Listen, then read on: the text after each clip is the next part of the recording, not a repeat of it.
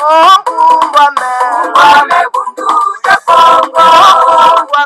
Ungwame bundu ya Kongo. Ungwame bundu ya Kongo. Ungwame bundu ya Kongo.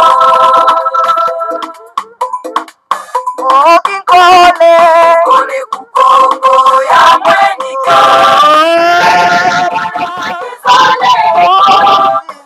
Ayatena mani mumbane.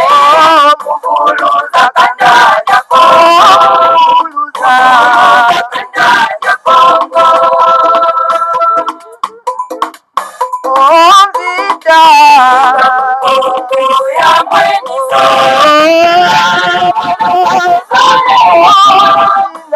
Ayatena mani mumbane. Ayatita kukongo. Ayatita kukongo. Kiaje ya mwenika.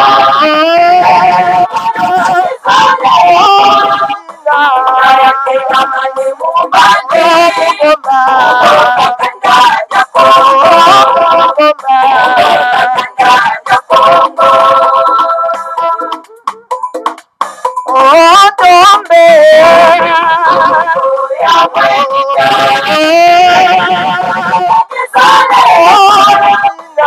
Ayatena mani mumbane.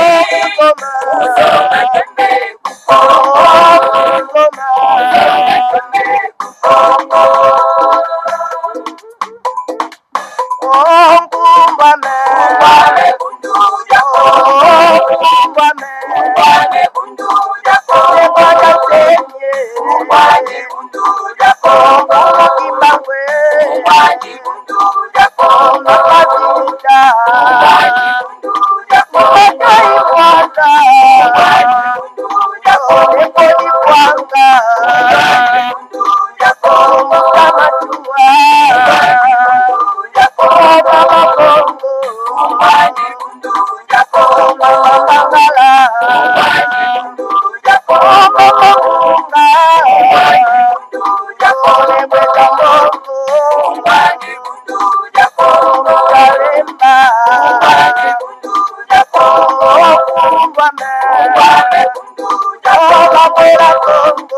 Ungwame bundu ya Kongo. Ungwame bundu ya Kongo. Ungwame bundu ya Kongo. Matondo mingi mama batata bandeko balandi ya Congo bololo. En tout cas to pesi bino banso bayenge pe bambote na bino banso. Balosako na bino banso bama batata bandeko bana lisanga antimanti. Balandi ya Congo bololo. Balandi ya 3x2 radio-kachupa.com. Tarabiso wana toye na tongo ya lelo. Toye na tongo ya lelo, bien que en tout cas occupation ezali ebele, mais tozali obligé to kita to salata moins 30 minutes ya masolo mabiso bama batata bandeko pona ko galvaniser la foule. Bama batata bandeko bana lisanga atimati biso wana toke ko matana ngomba ya kaila pona ete to kwa kosopela solo penda bino bwanya pe mayele na mai oyo to memeli bino na tongo ya lelo. En tout cas bama batata bandeko lelo tozali na moi quelques sujets oyo to ko traiter na tongo ya lelo. Na situation eza koleka na kati na mboka na biso bama batata bandeko. Lelo tokolobela nano ya liboso likambo etali refoulement ya bana ya somi ya mboka ya Congo na mboka ya Angola. Donc eza na bandeko na biso ya République fédérale du Congo oyo ba refoule bango na bandeko na biso ya Angola. Alors, tokomeka noko biso toko analyser parce que na moni bandeko soit les animateurs, les journalistes, baza ko mona ngolo kole loko moko extraordinaire, eza mabe et tout ça là. Biso toko pesa version na biso na kati na Congo bololo. Et puis na refoulement lisusu ya ndeko na biso ya bana ya Congo ya Union de Timati oyo baza ko refoule bango pe na mboka ya Israël. Parce que bolobaka Israël ezali mboka na bino ya molimo, mboka na bino ya nzambe, bovana vyoka. Alors sikoyo ndenge nini bino bokei kuna na mboka yango obokanisaka eza mboka na bino epi bato yango mpe bazwi mokano ya kobimisa bino ya kozongisa bino na mboka na bino babike no eza mabe na bino te, mabe na bino eza na Congo. Alors je pense que na parti ya wana ekoteya nano bandeko tokoanalyse nano yango awa na ntongo ya lelo bamama batata bandeko tokoanalyse lisusu situation ya manifestation ya entre guillemets l'opposition oyo ezalaki boudé donc na Lubumbashi ezalaki annulé donc ba gouvernement terroriste illégal illégitime Hippolyte Kanambe alias José Kabila baboye ete bakolo Katanga bakoka kotelema mpona ete balongola bango na kati na mboka na bango. Donc tokolobela yango lelo bama tata bandeko ils appellent ça manifestation de l'opposition dans un pays occupé, hein, dans un pays colonisé par une petite minorité tout rwandais. Alors vous dites que vous êtes des opposants. Vous vous opposez à l'occupation? On ne s'oppose pas à l'occupation. Pas s'opposer à l'occupation. Hein? Quand on dit qu'un pays occupé, bah s'oppose à kanangote. Penakati ambo kango, bah zakaisu sona ce qu'on appelle l'opposition. Oh bon, tokenda kosenga autorisation et pas yaba konzi amboka. Et pourtant vous savez très bien que batouana bazaye ba illégaux, ba illégitime. Et puis bino keno senga bango autorisation na mboka na bino. Na mboka na bino vous allez occuper. Na ba nègre lokola bino.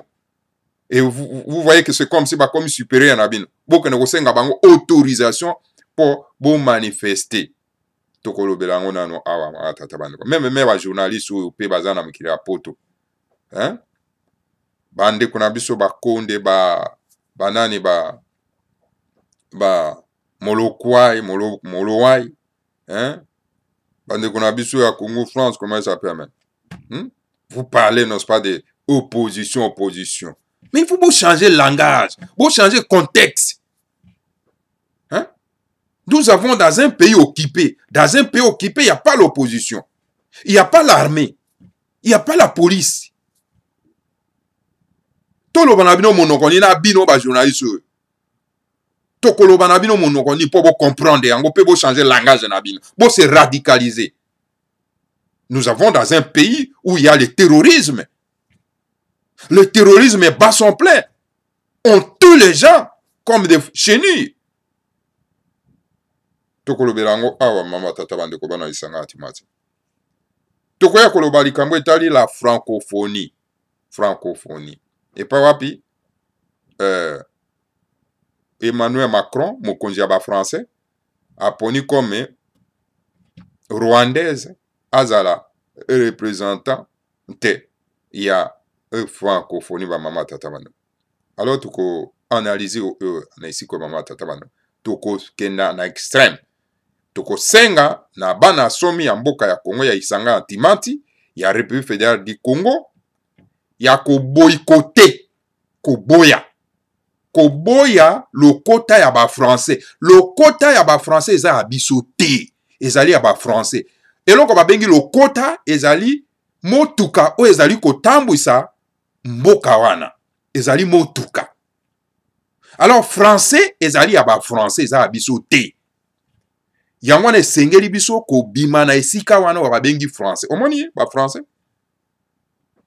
Bolobi o République fédérale du Congo ezali le plus grand pays francophone du monde.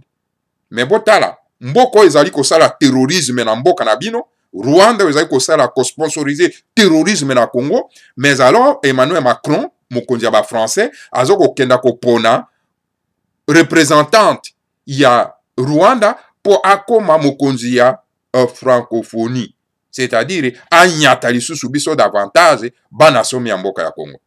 Alors biso siko bo vandela lokota wana te bandeko. Ba politika yero nyonso tu bako vanda po baya koloba mitingi na kati na ba imboka ba sololaka na lokota wana ba français toko bamba bango mabanga ba zoba bama batata bandeko bana lisanga atimaji. Esili bato na bato esengeli batombola lokota na bango. Omoni? Emmanuel Macron ayuka ata kilo te ya te tokoki kozwa mwana mwasi oyo ya barwandais te parce que le plus grand pays francophone du monde oyo tobengi Congo en tout cas ekosilika. Il s'en fout. Lokola Rwanda aza kopie koyiba kita na mboka na biso. Lokola ye asimbi mboka na biso ekazozwa kita. Alors esengeli Macron asala croubette epa ya Kagame asala ye plaisir de façon que yepe azwaka ndambo ya kita oyo Rwanda aza koyiba kuna akotisaka pe na kati ya mboka na ye. Yo kanisi Rwanda mwa mboka ya mukelo kone ezana azana eloko te. Yo kanisi soki aza koyiba na Congo te eke maboko na ezali na kati ya Congo te. Yo kanisi France akokendo sa courbette oyo asali lelo oyo ya kokenda kozwa mwasi oyo ya rwandaise akoma mokonzi ya francophonie akobanga Congo akosala yango te. Wala ba mama tata bandeko tokosolola na yango ba mama tata bandeko. Alors ba mama tata bandeko pa boso kitoko akobanda tokopesa bino so peno be sango ya mawa o ezali kokwela solo penda bandeko na biso ya lingomba ya biso ya bundu dia Congo pe bundu dia mayala parce que ebele baza kotika biso bazozonga na kati ya mokili ya molimo.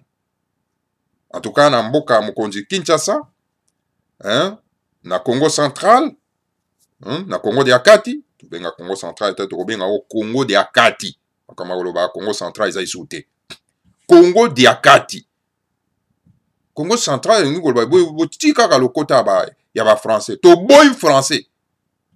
to boy côté to boy ebi malamboka na biso eza lokota na biso te ezali lokota oyo nzambe apesa na ba français po ete bakwa kotambusa mboka na bango. Alors eza na biso te to boy français Congo dia kati na Congo dia kati vraiment mama tata bandeko donc ba liwa kufa eza kokomela bandeko na biso kuna oyo bazo kobunda bitumba ya monene ya kokangola mboka na biso mama tata bandeko yango wana esengeli tozala penza solo penda na mawana bandeko na biso banso oyo bazozongisa molimo na kati ya mboka mama tata bandeko bazozongisa molimo na bokono bazozongisa molimo na ba terroriste oyo baza ko terroriser mboka na biso. Alors topesi kaka vraiment kama eza kokomela bandeko tokaboni na bango mawa lisanga moko ya mama tata bandeko. Voilà bama batata bandeko bana lisanga ya timati lelo tokozala penda be mokuse bama batata bandeko parce que ngonga ezo kokenda vraiment mbango avant que tokenda solo penda na ba misala oyo toya na kati na mboka oyo bama batata bandeko tokoloba likambo etali refoulement ya bakongolais na mboka ya Angola. Bakongolais bakomaki na Angola ndenge nini? Ba élément terroriste Hippolyte Kanambe alors Joseph Kabila mwana tuti rwandais esenge bandeko toyeba omoni po tobenga na bato oyo omoni po tobenga na Hippolyte Kanambe il faut totia na mutu na biso que Hippolyte Kanambe c'était rwandais tuti rwandais. Son pays ce n'est pas le Congo. Mboka na eza Congo te. Mboka na ezali Rwanda. Et que mopaya oyo baye kotie na mutu ya mboka na biso na kanai na loma po akonza biso. Esenge biso totia na mitu na biso kombo na ye Kabila te.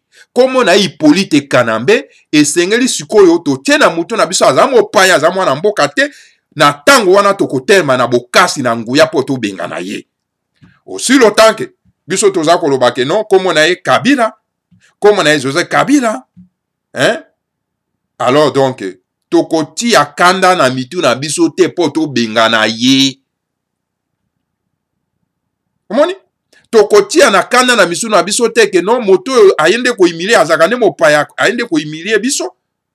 Ozomona et puis ba politikaire oyo ba ko accompagner langage na biso te soki biso toza ko utiliser toza ko benga moto wana na kombo na ye te. Eza ba journaliste baza na mboka bapaya. chaîne nga na landaka mwa muke nayoka soki balobi nini bandeko Konde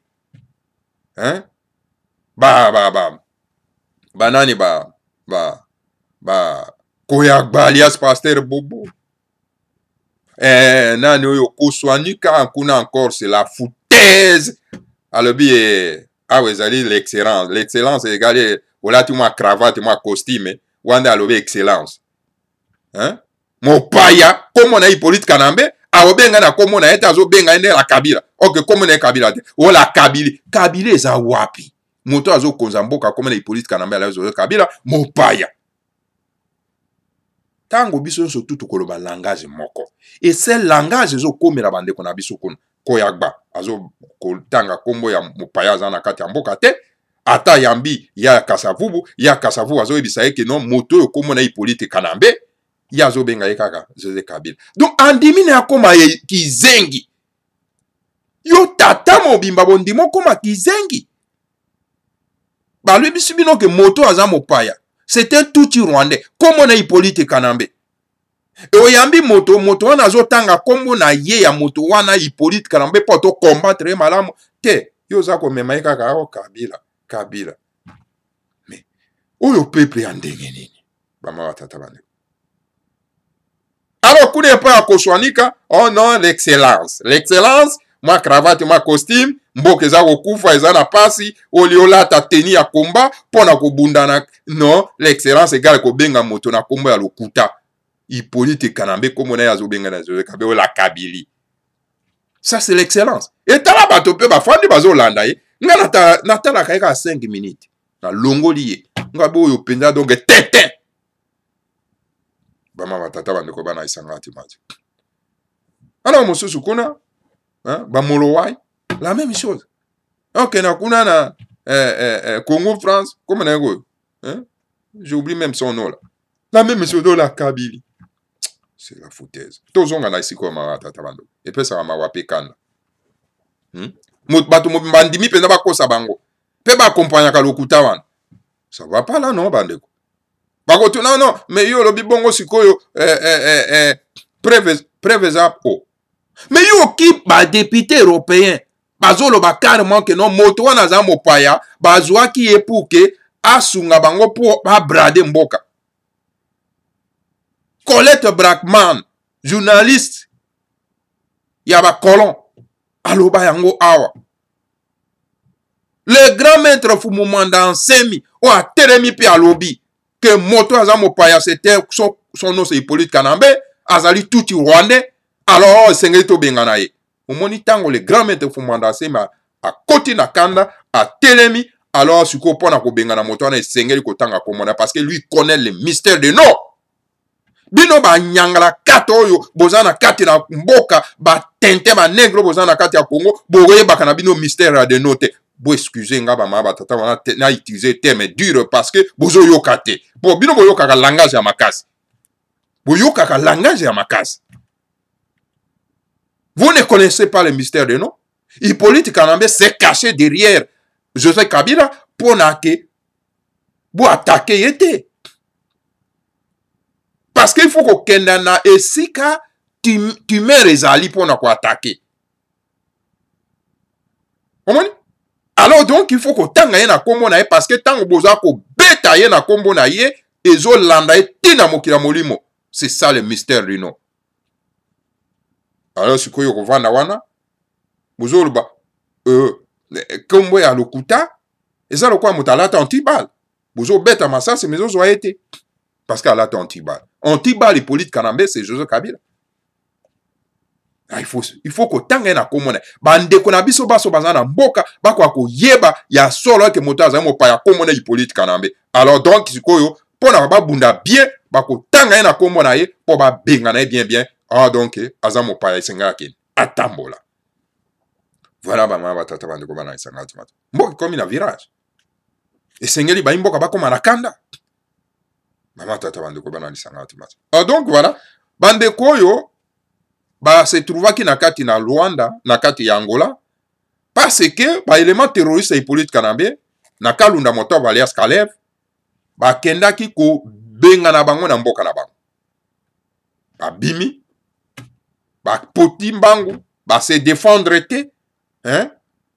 Babimi bakimi bake na bango nango membe banyama na kati ya zamba bamaka tata bano base défendaka soki bamoni ete territoire na bango ezali assiégé base défendaka omoni na banyama nyonso tu nzambe atia bango mwa biloko ya défense ya kose défendre omoni ngandi omoni sombo omoni njoku okomona batie maseke batie mino nyonso wana ezali défense na ye au cas où azali menacé na territoire na ye pour se défendre omoni lion batie mino banjaka pour se défendre wana ezali ba instrument ya défense soki oyi komenace ye na territoire na ye akose défendre hein? Alors biso bato batie biso bwanya pe mayele tokiti touti na mokili ya molimo na mayele tokiti awa na mokili oyo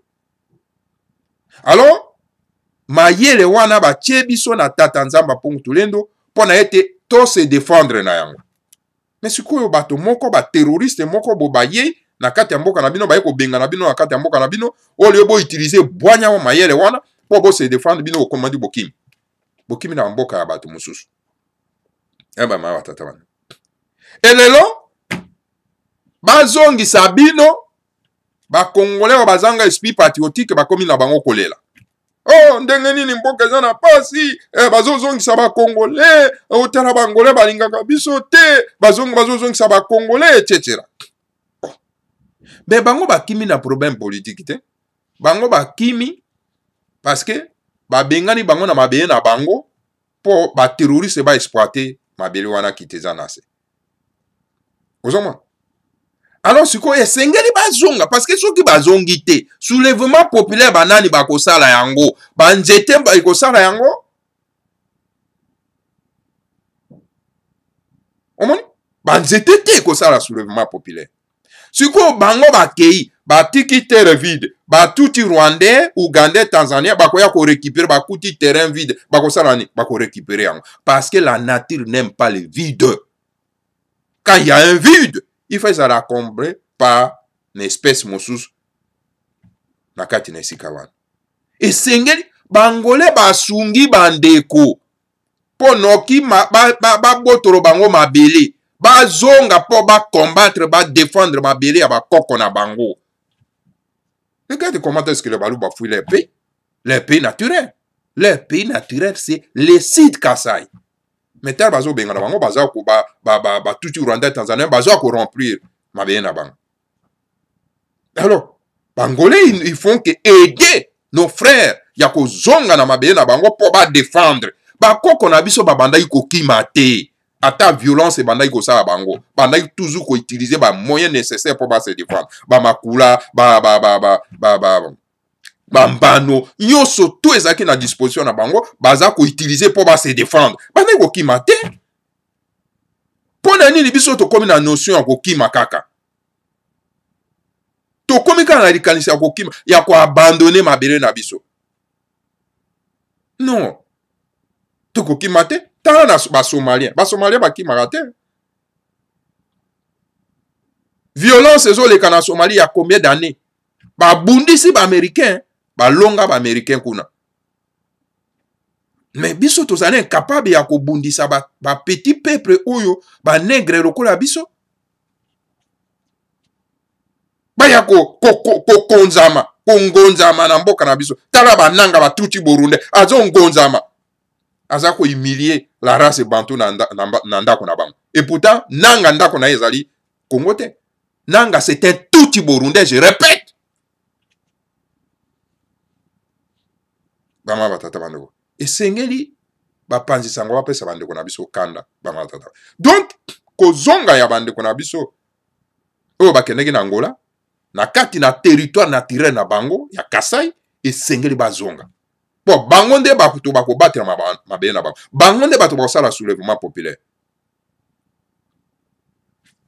Eza malamu? Bama batata bandeko. Bazongi na problème, bakibiyaki na problème politique te.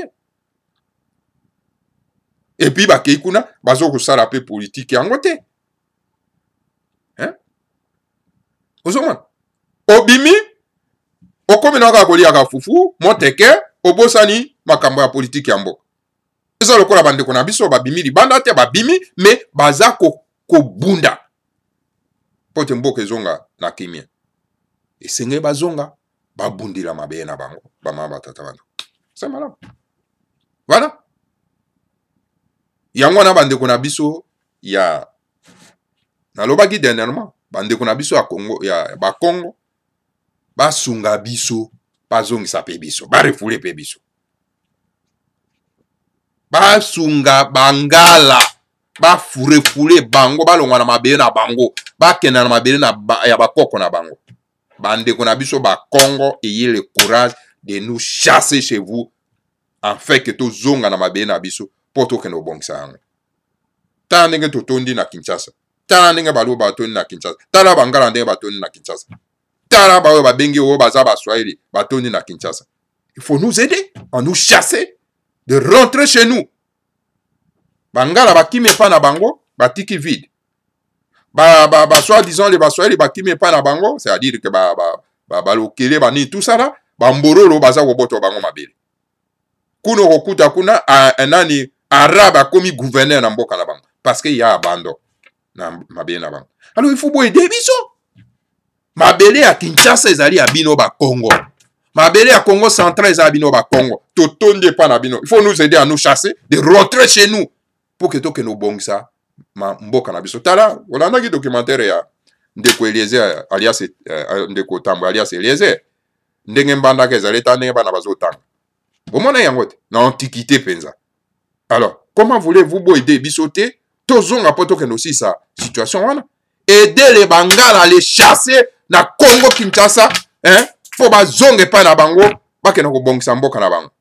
Aider les baluba à les chasser pour bakenda bazonge pa na bango na Sud Kasai pour bakena ko aider mabele na bango pour bazobotolo yango na ba tuti Rwandais ou Tanzanien Ougandais. Aider bandeko na biso ba lokele po bazali wana na Kinshasa na Congo central na Congo de Akati bazonge pa na bango pa bambororo bazobotolo bango mabele. Il faut nous aider. Tokozala reconnaissant. Dans un premier temps, et kozala pasi babengani biso na bakongo babengani biso. Mais fait de compte, tu vois kotala ke les bakongo avaient raison de nous chasser parce que ceux qui babengana ki biso te nde toye kotonge pa na biso te nde bapa ya babotoli biso mabele. Nyonso po bo comprendre yango c'est très difficile hein. Mais il faut avoir une vision pour comprendre yango. Et moi j'ai compris ça. Mama tata wana. Voilà. Et ça, il y a lela wana te ko bangolais babengani ba ndeko na biso akasa e bazonge pa na bango. Non. Ils ont bien fait. Basali malamu po bakenda ko défendre mabien na bango. Po bangonde bakosala soulèvement populaire. Banjete banyama ekosala soulèvement populaire te bato bakolomboka. Alors soki biso so tout obimi. Siko soulèvement populaire ekosala mandengeni. Biso tozo pesa information pour te bandeko bakoma na kanda pour te soulèvement populaire ya. Voilà, bama batata bandeko banalisa na timati. Moi to komo koloba lelo soulèvement populaire. Oh, Bundu Diamayara, vous êtes un parti politique divin vraiment. Oh, les grands maîtres Fumanda Semi, grand visionnaire. Ce qui va politique yo balanda qui est ndeto dans la situation yo te. Hein?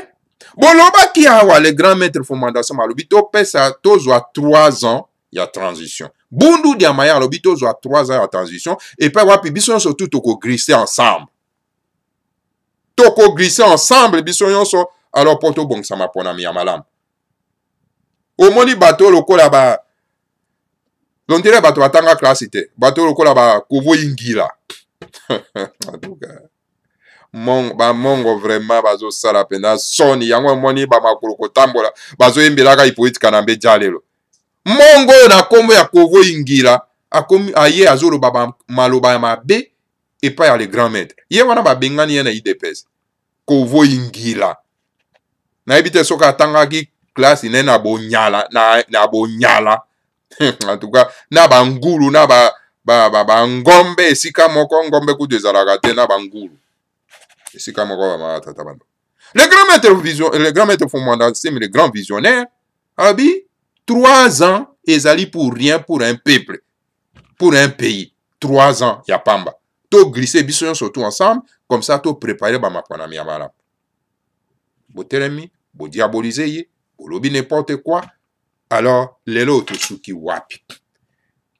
3 ans, le grand maître à l'obaki. Est-ce que 3 ans, c'est le kite awa? Et ko kite awa, bama tatabane. Boye bisana nungai. Boye bisangai, 3 ans, le kite? Sikoyo bokomi susu kotenga isusu transition, non? Mais ce qui bolanda ki maloma tout moi nzambe. Est-ce que lelo tungeto za na problème? Rien. Les grands maîtres fumumanda sembi bundu diama yala les grands partis divins. Et lobi ke eza kotambu sama lelo o na secrétaire général ya bundu diama yala na kombo ya mbuta Fula Matingu. Le maître Fula Matingu que je salue en passant. Un homme fort. Et lobi to terma le 7 août. Tout ça, la soulèvement populaire, tout bien, la papa yaoui. Mais des partis inféodés, le colabaï des PS, dans le rassemblement, yango ezali responsable de la situation, tout ça, nango lelo, et l'obité, tout vanda, mokolo ya kokufa, tout bimate, pour tout bien, na Hippolyte Kanambe, na mandefu, na apembe, ezali bien, tout talaka yango, bamawa tata bande. Voilà. Voilà le résultat. Et puis, parti en non. Écoutez, monsieur Chilombo, qui a la politique dans le Sud Kasaï, c'est par là que vous deviendrez président du Sud Kasaï. Voilà, malheur à tous ceux qui comprennent toujours en retard. Voilà. Ouwana. Ezaki likambo etali solo pena refoulement ya bande kona biso oyo bakimaki na Angola. Angola ba aider bango po bazonga po babundela mabe na bango. Alors les journalistes sans esprit patriotique bango bakomi nde ko lela. Bakomi nde ko mona ngo mabe. Ko zala kola na mwa sympathie moko songolo. Donc bozali vraiment bato oyo ba porte malheur na biso ba ma batata bande po bozo yo beloko ni bozo ko boza ba panzisa ngote parce que boza un esprit patriotique te. Refoulement ya ba congolais na Israël. Bino bolobaka ke Israël ezali Israël ya bino mboka ya Nzambe etc. Bongo ndenge ni mboka ya Nzambe ba refoulé bino. Comme ça était à bino. Et sengel était à bino. Comme ça, tango boko zonga, bo se des bolongoli non bolongoli likambo ya kozala chrétien. Bobi to landesika bundu dia Congo zali biso banso tozali bana ya bundu dia Congo. Zali bana lisanga na tata Nzambe. Bundu dia Congo lingo koba lisanga na tata Nzambe. Parce que a Congo ezali kombo ya tata Nzambe ya mpongo tulendo. Et paradis na biso kombo na yango ka Congo. Esika ba koko na biso balunga bazalaka. Esika wapi nos premiers ancêtres bauta nenzala pandu na mama Kengi Lufuna. Koko na yo nègre ezali Adamu na Eva te. Oyo akoloba ke koko na ezali Adamu na Eva azali bizengi. Je dis bien et je répète, oza bizengi. Ok, no roba koko na Adamu na Eva. Yo nègre nazo ebisa yo. Yo la race bantu nazo ebisa yo. Koko na ya yambo komo na ye nenzala pandu na mama Kengi Lufuma. Bango bazali ba extraterrestre bautaki na planète ka Congo yango ba yiko bota biso awa na mokili oyo poto ça ce qu'on appelle l'évolution spirituelle. Oyoki? Oyoki ndenge na lobi? Soko moni journaliste moko ayambi ba makambo ya lokuta wana binzambi kanga longwa koyoka ete azali moto oya bunga nzela. Voilà mama tata bandeko bana lisanga tima. Ba bengani bango na Israël. Alors pourquoi bengani bino? Olobi désormais à partir de là, naza sous chrétien te. Naza sous chrétien te. Voilà mama tata bandeko. Wana nakozaka mokusene ngwa. toke na manifestation ya soi-disant entre guillemets opposition na Lubumbashi. Na Lubumbashi bandeko ya Katanga bazwi kanda pona ete na situation ndenge eza koleka na kati ya mboka. Alors ba organiser manifestation. Tango bazo organiser manifestation bakei kosenga ndi autorisation epai ya ba un gouvernement illégitime terroriste na kati ya mboka. Cela veut dire que jusqu'à présent ceux qui se disent opposants baza ko reconnaître le pouvoir illégitime et politique Kanambe alias Joseph Kabila. Baza ko reconnaître que non bato oyo baza na mandate ba pesa bango autorisation pour ba manifester. Non, mes chers frères. Dans un pays où il y a toutes les institutions sont illégitimes, illégales, ba kenda ko senga ka permission te. Parce que bozo tambola en anarchie. Boza na gouvernement légitimité, Hippolyte Kanambe n'est pas légitime na kati ya mboka. Il nous a été imposé, alors deux mandats à l'okuta ya Moyibi et Sili, alors siko esengeli sikoyo koto sata mobeko moko na yete. Pona nini bino bo kenda ko senga autorisation epa na bango. C'est dit bozo reconnaître que baza ba konzi na bino. Mais il faut botter en esprit na bino que baza ba konzi na biso te parce qu'ils n'ont pas le mandat du peuple. Alors le kola baza ba konzi na biso te une action politique et kosalema et koki kosalema d'une manière spontanée. Exactement que oh token na kosenga autorisation ba boy to vanda. Non, ce que bosa indengwana sa du boza ko reconnaître bango ba kozana nguya sur bino. Ba kozana nguya sur bino. Ou bien, boza na bino tout simplement ba complice ya occupation ya mboka. Alors boya ko boza ko la lisabande ko na biso pongi. Pour ceux qui boza ba complicité, beaucoup qui jamais en aucun cas ya ko kendo senga autorisation na un gouvernement illégitime, illégal, na un gouvernement terroriste. Parce que bato wana baza ko boma bino sans mandat. Mais bato bazo boma bino sans mandat, ce sont des terroristes. Le gouvernement terroriste de Hippolyte Kanambe Kabila, c'est un gouvernement terroriste. Et tout pays où ils ont collaboré na gouvernement terroriste de Hippolyte Kanambe, ils allaient alliés ya ba terroriste. Alors, ce qu'on bino, vous savez qu'il y a une autorisation? Non, désormais à partir à l'éloignement. Parti politique yon surtout ezana na kati ya Congo o ezoko kenda ke ça likambe ke ndoko senga autorisation et pas batwana donc bazana bango ba alliés. Ce sont les alliés. Yango to senga na bino bokota na bolongwa bino ba parti wana. Elengi nini boyokaka na ba parti wana oyo ba chef na bango baza ba accompagnateur ya occupation. Bokota na bundu dia Congo, bundu dia mayala. Na religion bokota na bundu dia Congo, na politique bo sont enregistrés bino banso na kati ya bundu dia mayala nde ko permettre biso to sala soulèvement populaire soki bokolandaka ba parti wana soulèvement populaire ko yate le seul parti ou etelemi pona koloba te Congo congolais et le Rwanda au rwandais c'est bundu dia mayala c'est le seul parti to ko kolanda wa tata bande toningi to kangoma OK toningi to kangolama OK alors buta Maître Fula Matingo, alors, Mbutango Mapezo, où êtes-vous? Alors, ton sont enregistrés comme membre ya Bundu dia Mayala pour que tout ça, le soulèvement populaire, tout le monde bateau na kati ambo kanabiso. Parce que ba parti politique, on surtout les ba parti politique inféodé, ils ont compris ça qui na occupation. Voilà, ba mama tata bande ko bana lisangati ba. Alors, to ko senga la bande ko nabiso, o bazana kati na Bundu dia Mayala, alors siko isengeli boko ma actif. Bon, ça la trop actif. Parce que l'heure de la vérité vient de sonner. L'heure de la libération est commis pembeni bama batata bandeko. Bibon ezako pasuka. Karate bama batata bandeko. Alors esengeli to tia moto na kati na bundu dia mayala po bibo e pasuka bama batata bandeko. Longola bobangi. Car la peur ezali sécurité ya batote. Bobangi ezali sécurité na yote.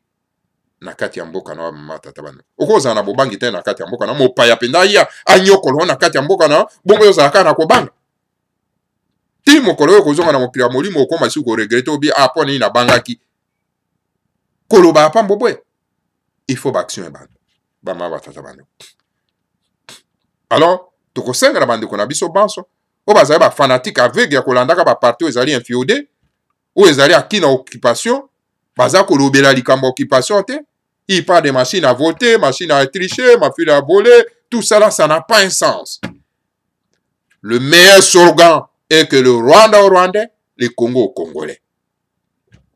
Voilà le slogan. Tout le monde, des partis politiques qui ont surtout et Kokako incorporé en nakati ya langage na bango. So kite, ils ont parti politique inféodé, ils ont parti politique acquis na occupation bama batata bandeko.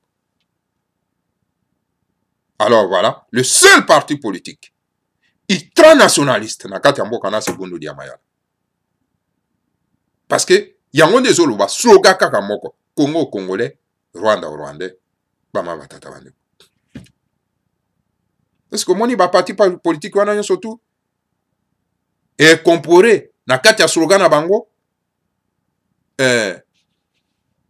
nini wana slogan wana? Rien. Rien. Bama batata bandeko. Alors voilà, bama batata bandeko bana lisanga antimati esengeli totia pression na bato oyo baza kolalisa bandeko na biso pongi, lere ya kolalisa bandeko na biso pongi eza lisusu te. Eza lisusu te. Terre ya Congo, mabele ya Congo ezali tata nzambe mpo tolende moto apesaki biso yango pour que toya tozwa possession na yango pour to sala ce qu'on appelle l'évolution spirituelle. Ezali ndako o tata nzambe alengeli mpo na biso po te tango tozolongwa na mokili kati ya mokili molimo tozoya na kati ya mabele tozwi possession ya biloko nyonso to ya tia na kati ya mabele wana mpo na évolution spirituelle na biso na kati ya mboka. Ezali teke bamangomba ya bapaya eyaka elalisaka biso pongi na bamoso verset biblique ya lokuta, hein? Non, pas du tout. Si un pasteur ose vous dire que non, biloko nyonso tu na mokilo ekotikala, biso tokokenda na lola, benga ye ndoki. Oyoki? Benga ye yo pasteur oza ndoki. Bima na mboka na biso. Soki biloko nyonso tu ekotikala na mboka, mais poni bazwaka mabonza. Bozokende olukira botekela mwa mandunda na bino, boye bopesi bango mabonza. Hein? Surtout vous, nos femmes. Vous avez se laisser vraiment manipuler avec des vautours. Biloko nyonso ekotika na mokili oyo te, pe tokokenda na lola te aussi longtemps que tozwi possession ya mabele ya bakoko na biso te. Aussi longtemps que tozwi possession ya mabele oyo tata nzambe apesaki biso te. Ekotikala te. Bama batata bano. Bobima na bamangomba wana ya salite, bamangomba ya miyibi. Bamangomba ya miyibi. Bobima kuna. Mangomba oye ko exploiter bino. Bokoma babizengi. Bobima. Bono wana ba fanatique moko aveugle.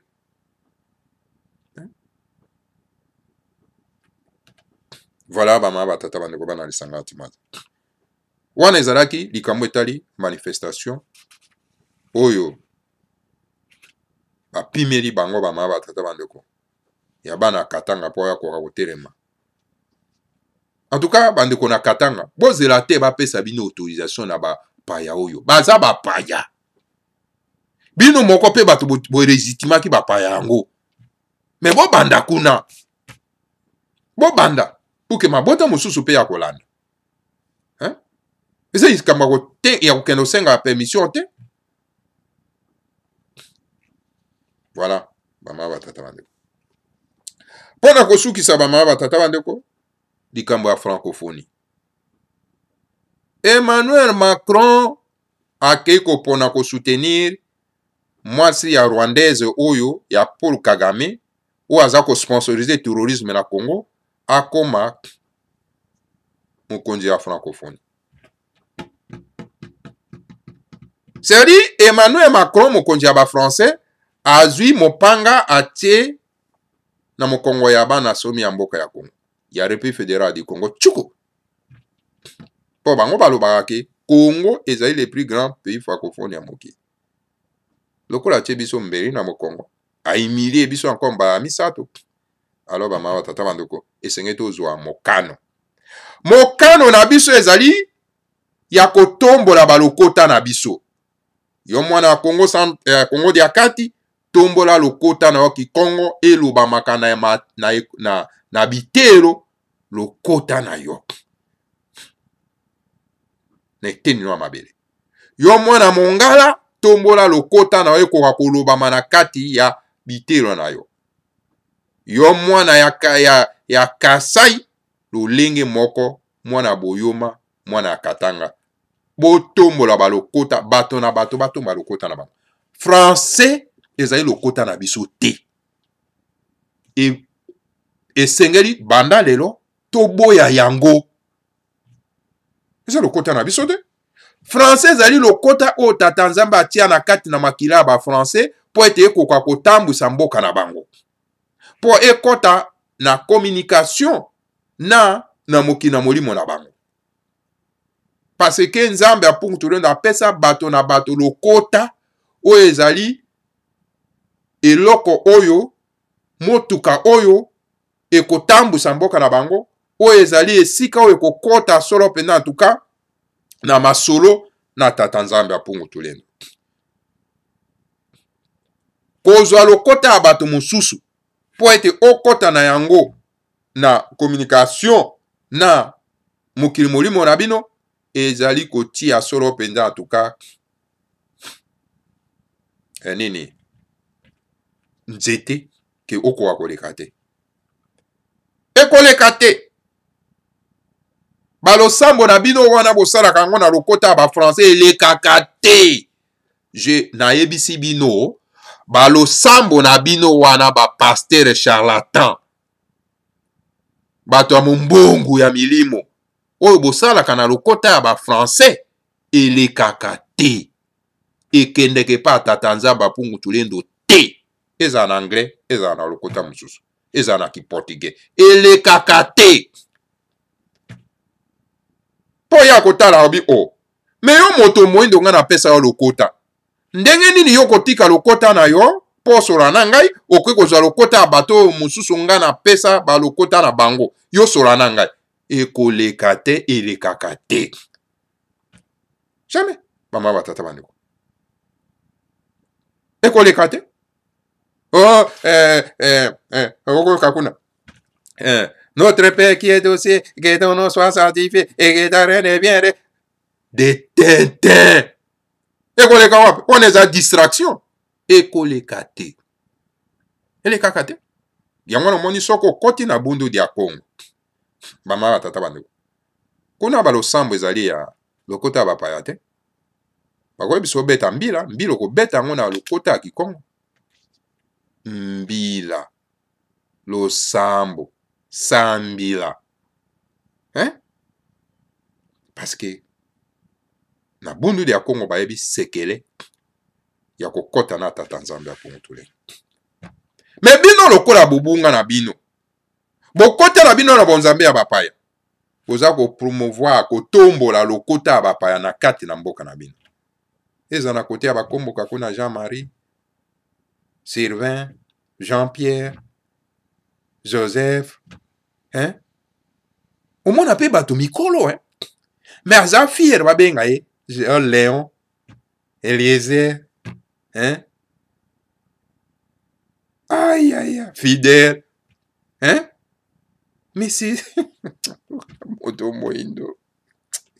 Ah, botika na wana seka na bandeko parce que o eza ko seka ya esengote me ya pasi. Eza omoni ko seka eza kape mibale ndenge mibale. Mususu ya pasi, mususu pe ya esengo. Me oyo eza ya pasi. Ozomona pena bato mikolo, aza pe na plateau, aza ko benga pe na bakombo wana. Il est fier, pe azo ndima. Nga na talaka boitinga bi oyo penza. Pepe andenge nini?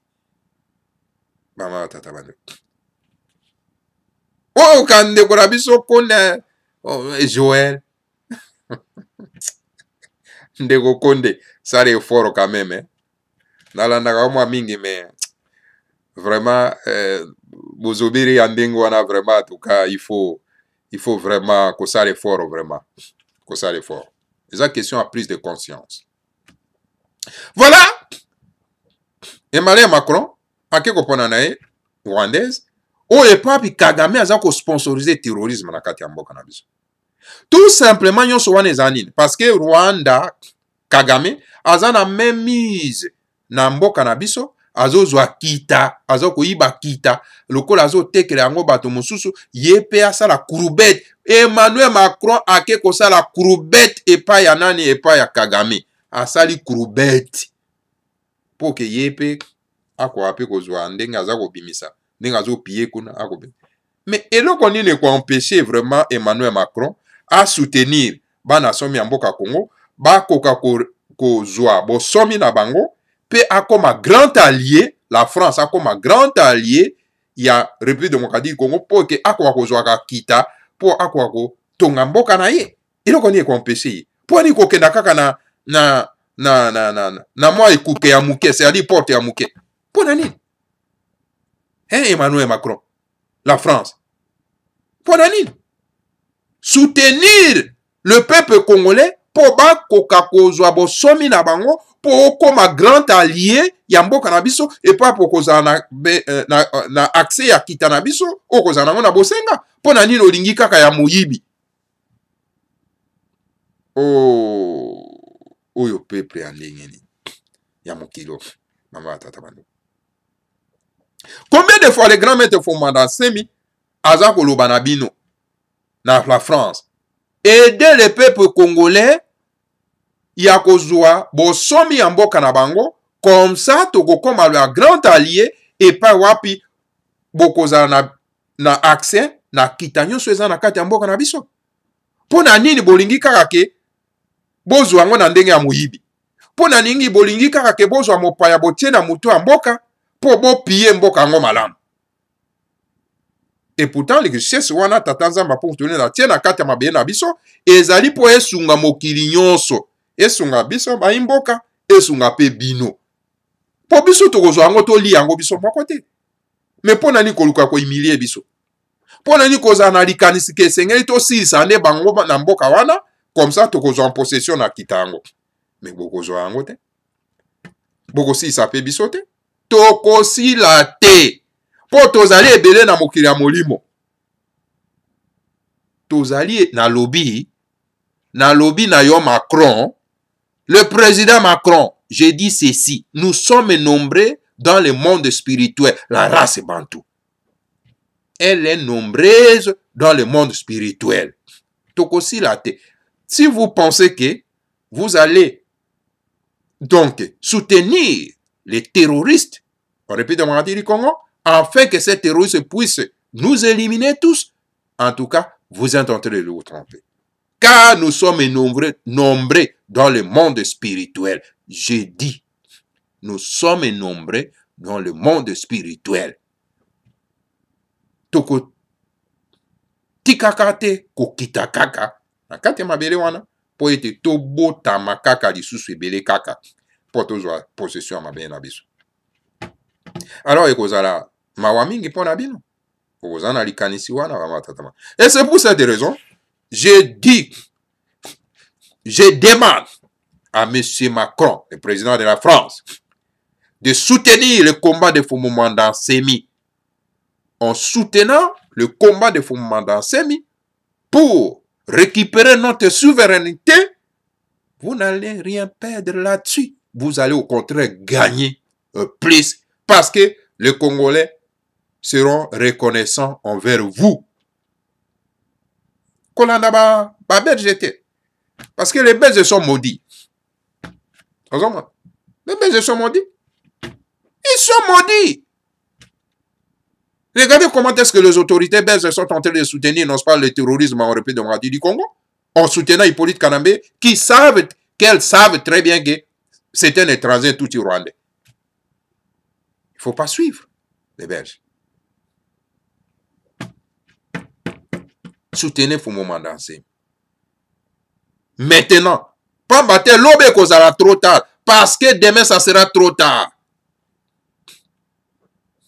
Je vous le dis.